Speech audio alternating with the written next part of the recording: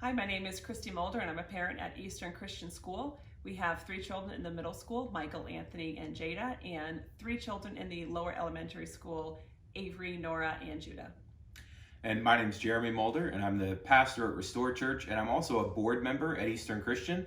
And I also attended Eastern Christian until my sophomore year of high school, so I sat in the very same rooms that you are today. Now, the book that we've chosen to read for Black History Month is called Teammates, and it's about Jackie Robinson, who was the first black baseball player in the major leagues. And he's sort of a hero of mine because of the courage that it took to overcome the obstacles that he faced. And so we hope you enjoy this story.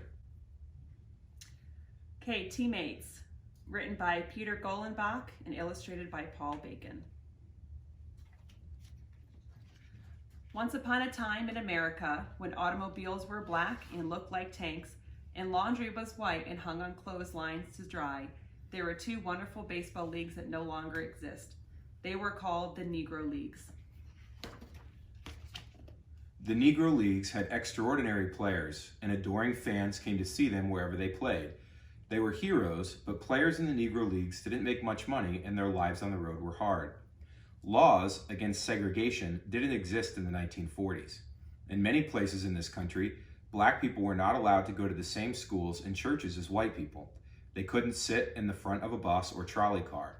They couldn't drink from the same drinking fountains that white people drank from. Back then, many hotels didn't rent rooms to black people, so the Negro League players slept in their cars. Many towns had no restaurants that would serve them, so they often had to eat meals that they could buy and carry with them. Life was very different for the players in the major leagues. They were the leagues for white players. Compared to the Negro League players, white players were very well paid. They stayed in good hotels and ate in fine restaurants. Their pictures were put on baseball cards, and the best players became famous all over the world. Many Americans knew that racial prejudice was wrong, but few dared to challenge openly the way things were. And many people were apathetic about racial problems. Some feared that it could be dangerous to object. Vigilante groups like the Ku Klux Klan reacted violently against those who tried to change the way blacks were treated. The general manager of the Brooklyn Dodgers baseball team was a man by the name of Branch Rickey. He was not afraid of change. He wanted to treat the Dodgers fans to the best players he could find, regardless of the color of their skin. He thought segregation was unfair and wanted to give everyone, regardless of race or creed, an opportunity to compete equally on ball fields across America. To do this, the Dodgers needed one special man. Branch Rickey launched a search for him. He was looking for a star player in the Negro Leagues who would be able to compete successfully despite threats on his life or attempts to injure him. He would have to possess the self-control not to fight back when opposing players tried to intimidate or hurt him. If this man disgraced himself on the field, Rickey knew his opponents would use it as an excuse to keep blacks out of Major League Baseball for many more years. Rickey thought Jackie Robinson might be just the man. Jackie rode the train to Brooklyn to meet Mr. Rickey. When Mr. Rickey told him, "I want a man with the courage not to fight back," Jackie Robinson replied, "If you take this gamble, I will do my best to perform." They shook hands. Branch Rickey and Jackie Robinson were starting on what would be known in history as the Great Experiment. At spring training with the Dodgers, Jackie was mobbed by blacks, young and old, as if he were a savior. He was the first black player to try out for a major league team. If he succeeded, they knew others would follow. Initially, life with the Dodgers was for Jackie a series of humiliations. The players on his team who came from the South, men who had been taught to avoid black people since childhood, moved to another table whenever he sat down next to them. Many opposing players were cruel to him, calling him nasty names from their dugouts. A few tried to hurt him with their spiked shoes. Pitchers aimed at his head, and he received threats on his life, both from individuals and from organizations like the Ku Klux Klan. Despite all the difficulties, Jackie Robinson didn't give up. He made the Brooklyn Dodgers team. But making the Dodgers was only the beginning. Jackie had to face abuse and hostility throughout the season from April through September. His worst pain was inside. Often he felt very alone. On the road, he had to live by himself because only the white players were allowed in the hotels in towns where the teams played. The whole time, Pee Wee Reese, The Dodgers shortstop was growing up in Louisville, Kentucky. He had rarely even seen a black person unless it was in the back of a bus.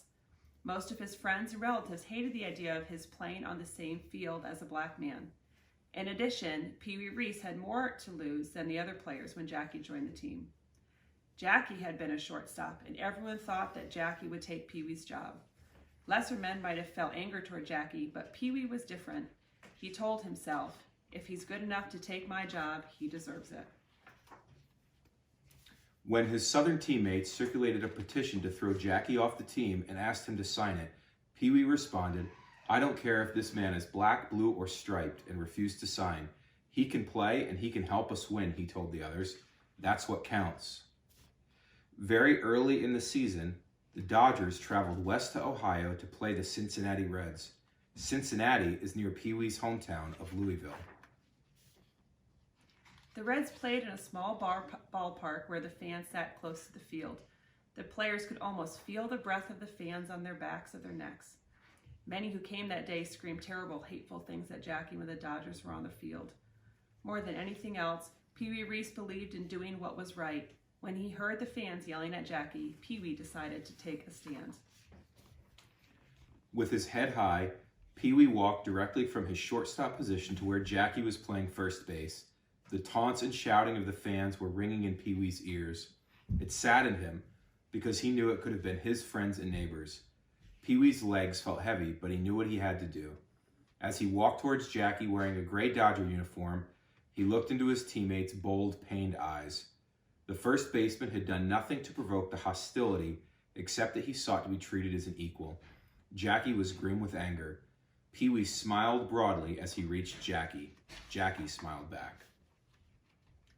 Stopping beside Jackie, Pee Wee put his arm around Jackie's shoulders.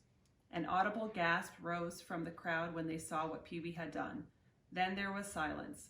Outlined on a sea of green grass stood these two great athletes, one black, one white, both wearing the same team uniform. "I am standing by him," Pee Wee Reese said to the world.